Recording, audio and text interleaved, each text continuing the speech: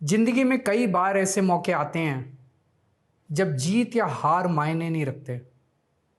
उससे भी बड़ा हो जाता है सही और गलत का सवाल। क्या सही है और क्या गलत है। ऐसे समय में हमें ये तय करना होता है कि हम मुश्किल रास्ता चुनेंगे या आसान रास्ता।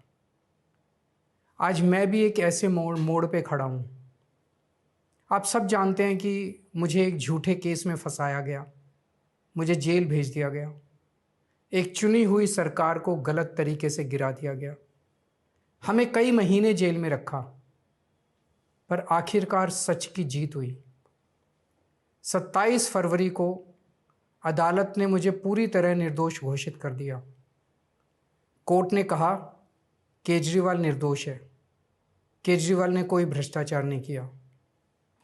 कोर्ट ने सीबीआई की जांच पे ही सवाल खड़े कर दिए और जांच अधिकारी के खिलाफ एक्शन लेने के आदेश दे दिए। लेकिन सच का रास्ता आसान नहीं होता। सीबीआई ने तुरंत इस फैसले को हाई कोर्ट में चुनौती दी और ये केस जस्टिस स्वर्णकांता शर्मा जी के सामने लगा। तब मेरे मन में एक बहुत बड़ा सवाल उठा, क्या इनके सामने मुझे न्याय मिलेगा? मेरे मन में ये प्रश्न क्यों आया? इसके कई कारण हैं, पर दो कारण मुख्य हैं। पहला कारण ये कि आरएसएस की जिस विचारधारा वाली सरकार ने झूठे आरोप लगा के मुझे जेल डाला, जज साहिबा ने स्वयं माना है कि उस विचारधारा से जुड़े संगठन अखिल भारतीय अधिवक्ता परिषद के मंचों पे वे कई बार जाती रही हैं। मैं और आम आदमी पार्टी उस विचारधारा के घोर विरोधी हैं। ऐसे में क्या उनके सामने मुझे न्याय मिल सकता है? दूसरा कारण कन्फ्लिक्ट ऑफ इंटरेस्ट। कोर्ट में मेरे विपक्ष में केंद्र सरकार की सीबीआई है और जस्टिस स्वर्णकांता जी के दोनों बच्चे केंद्र सरकार में काम करते हैं। उनके दोनों बच्चे केंद्र सरकार के वकीलों के पैनल में हैं। हमारे सामने कोर्ट में दूसरी ओर से वकील हैं सॉलिसिटर जनरल श्री तुषार मेहता जी। तुषार मेहता जी दोनों बच्चों को केस देते हैं। उन्हें कितने केस मिलेंगे, कौन से केस मिलेंगे, ये तुषार मेहता जी तय करते हैं। भारत सरकार के पैनल में लगभग 700 के करीब वकील हैं, लेकिन जस्टिस स्वर्णकांता जी के बेटे सबसे ज़्यादा केस पाने वाले वकीलों में से एक हैं। उनके बेटे को 2023 से 2025 के बीच लगभग 5,904 केस डॉकेट मिले।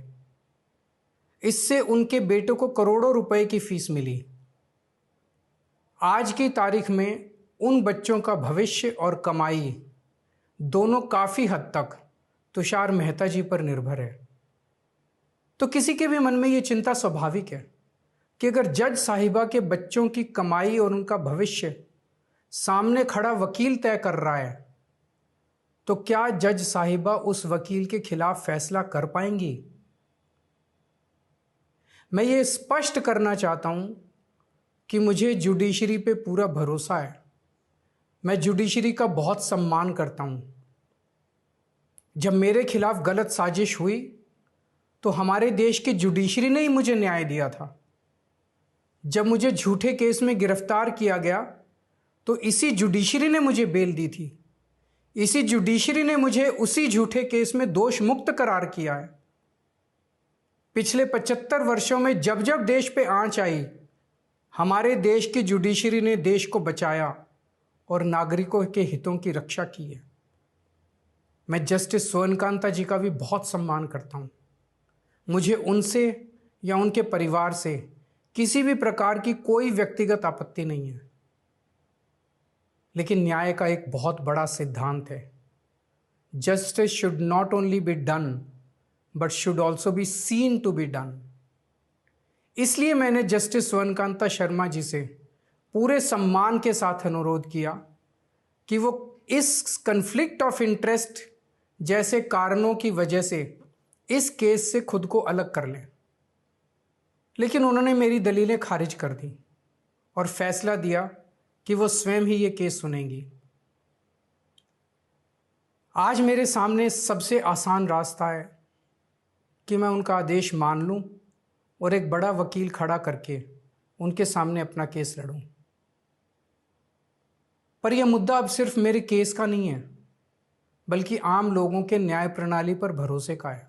ऐसी दुविधा के मौके पे बापू ने हमें सत्याग्रह का रास्ता दिखाया। बापू ने कहा था कि जब भी किसी अन्याय का सामना करो तो उसका पहला कदम विरोध नहीं बल्कि बातचीत होना चाहिए। अपनी बात अन्याय करने वाले के सामने पूरी विनम्रता के साथ रखनी चाहिए और उसे सुधारने का पूरा मौका देना चाहिए। सारी कोशिशों के बाद भी अगर न्याय ना मिले तो अंतरात्मा की आवाज़ सुनो। यदि अंतरात्मा की आवाज़ कहती है कि न्याय नहीं हुआ तो शांति और विनम्रता के साथ सत्याग्रह करना चाहिए। फिर उसके जो भी परिणाम हों वो सहर्ष स्वीकार करने चाहिए। पर इस पूरे प्रकरण में अन्याय करने वाले व्यक्ति के प्रति किसी भी प्रकार की नफरत या गुस्सा नहीं होना चाहिए। मैंने भी बातचीत से शुरुआत की, पूरी निष्ठा और विनम्रता के साथ जस्टिस स्वर्णकांता जी के सामने अपनी बात रखी। उन्हें इस केस से अलग होने के लिए याचना की। मैंने आग्रह किया कि मेरा केस हाई कोर्ट के किसी भी अन्य जज द्वारा सुन लिया जाए, लेकिन उन्होंने मेरी प्रार्थना अस्वीकार कर दी। उन्होंने फैसला दिया कि वे अपने आप को इस मामले से अलग नहीं करेंगी और ये केस वो स्वयं ही सुनेंगी। उनके दिए गए इस फैसले से मैं पूरी विनम्रतापूर्वक असहमत हूँ। इस पूरे घटनाक्रम के बाद मेरी आशंका और गहरी हो गई है कि क्या उनके सामने मुझे न्याय मिलेगा। बापू के दिखाए रास्ते पर चलते हुए सत्याग्रह की भावना से अब मैंने फैसला किया है कि मैं इस केस में जस्टिस स्वर्णकांता जी के कोर्ट में ना तो स्वयं पेश होऊंगा और ना ही मेरी तरफ से कोई वकील पैरवी करेगा।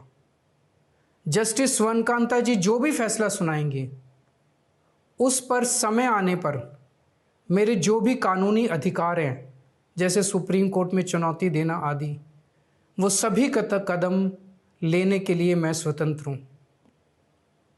ये बात आज मैंने एक पत्र लिखकर जस्टिस स्वर्णकांता जी को भी सूचित कर दिया है। मेरा जस्टिस स्वर्णकांता जी से किसी प्रकार का व्यक्तिगत विरोध नहीं है।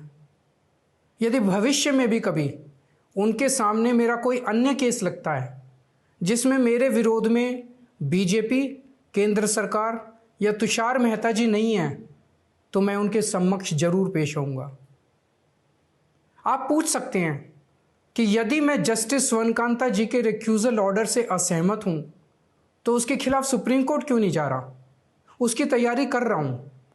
ये पूरा मामला बहुत नाजुक और संवेदनशील है।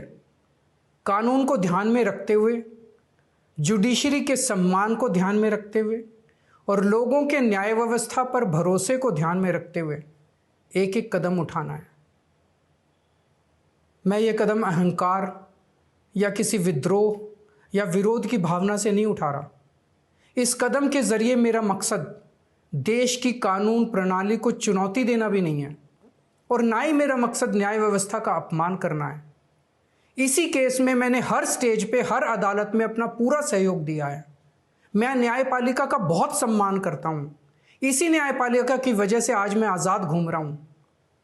मेरा सिर्फ और सिर्फ इससे एक ही मकसद है, देश की न्याय व्यवस्था पर लोगों के भरोसे को और मजबूत करना, लोगों में ये अटूट विश्वास भरना कि ज़रूरत पड़ने पर हमारे देश की न्याय व्यवस्था से उन्हें न्याय ज़रूर मिलेगा।